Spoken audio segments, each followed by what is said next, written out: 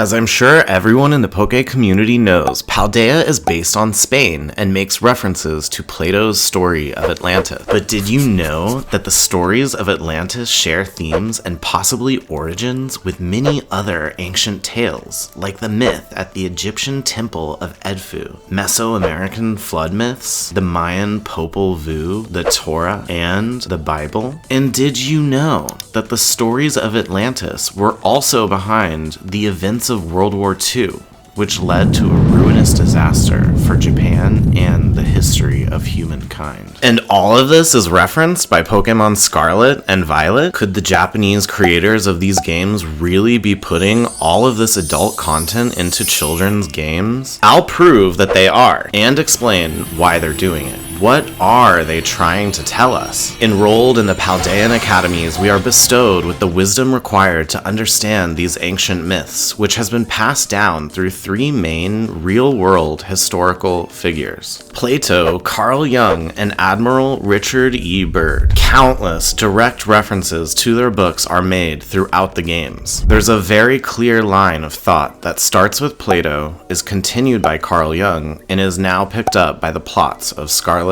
and Violet. You know how in both Paldea and back here on Earth, everyone is debating about whether the events and entities encountered by Heath are even real or if they are imaginary? In the academies that Plato himself founded, he would tell the tale of Atlantis and debated which events and entities are real or imagined. By discussing what is known as the problem of universals, Plato claimed to have solved the problem of universals with his theory of forms. Later in our timeline, Carl Jung applied Plato's theory of forms to the events, entities, and time-traveling discs of World War II in his book, Flying Saucers. Carl Jung's psychological interpretation in Flying Saucers connects myths of the future with myths of the past, drawing parallels between the two and declaring that they are both imaginary and real. Just like the past versus future and fact versus fiction themes in Scarlet and Violet. The Scarlet book also references Carl Jung's Red Book, which details his encounters with entities in his subconscious, like the Scarlet book's Phantom Memory page. In Flying Saucers, he explains that Platonic forms evolve with technology over time, like the frequent substitution of automobiles and airplanes for animals and monsters in modern dreams. I believe the creators of Pokémon are referencing that exact line with the designs of Koraidon and Miraidon. He also explains why all of these ancient and modern myths share a Faustian perspective on technology, with divine beings causing cataclysms to set back civilization when he writes, "Morality consequently degenerates into legalistic behavior, and the Felix Culpa remains stuck in the Garden of Eden. We are surprised at the decay of ethics in our century, and we contrast the standstill in this field with the progress of science and technology." Much like the professor's Faustian pact with the disc Pokemon, sacrificing their lives to achieve their technological dreams. Carl Jung also specifically connects crystals and Faust to Plato's theory of forms with all of its themes of eyes, sight, light, lightning, fire, the sun, and knowledge in his letter to Bernhard Milt, and throughout his tales of crystal cities in Flying Saucers. These ideas could not be more symbolized throughout this generation of Pokemon games, lest we forget the gleaming Terra crystals and the names of the games being a reference to infrared and ultraviolet light, which lie just beyond the spectrum of light visible to humans. This was just a clip from my full video about the true message behind the lore of Pokemon Scarlet and Violet, in which I present many 100% original theories and discoveries I've made about their arcane, esoteric, and occult real-world origins. So check out this video if you're interested. It'll be linked in the end screen, the description of this video, and the top pinned comment. If you want to leave a comment for support but don't know what to say, leave a compact disc emoji, as it symbolizes the rainbow spectrum of visible light between infrared and ultraviolet, the Faustian aspects of technology, and discs like the Platonic form, Jungian archetype, and disc Pokémon.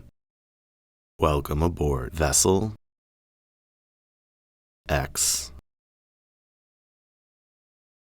I.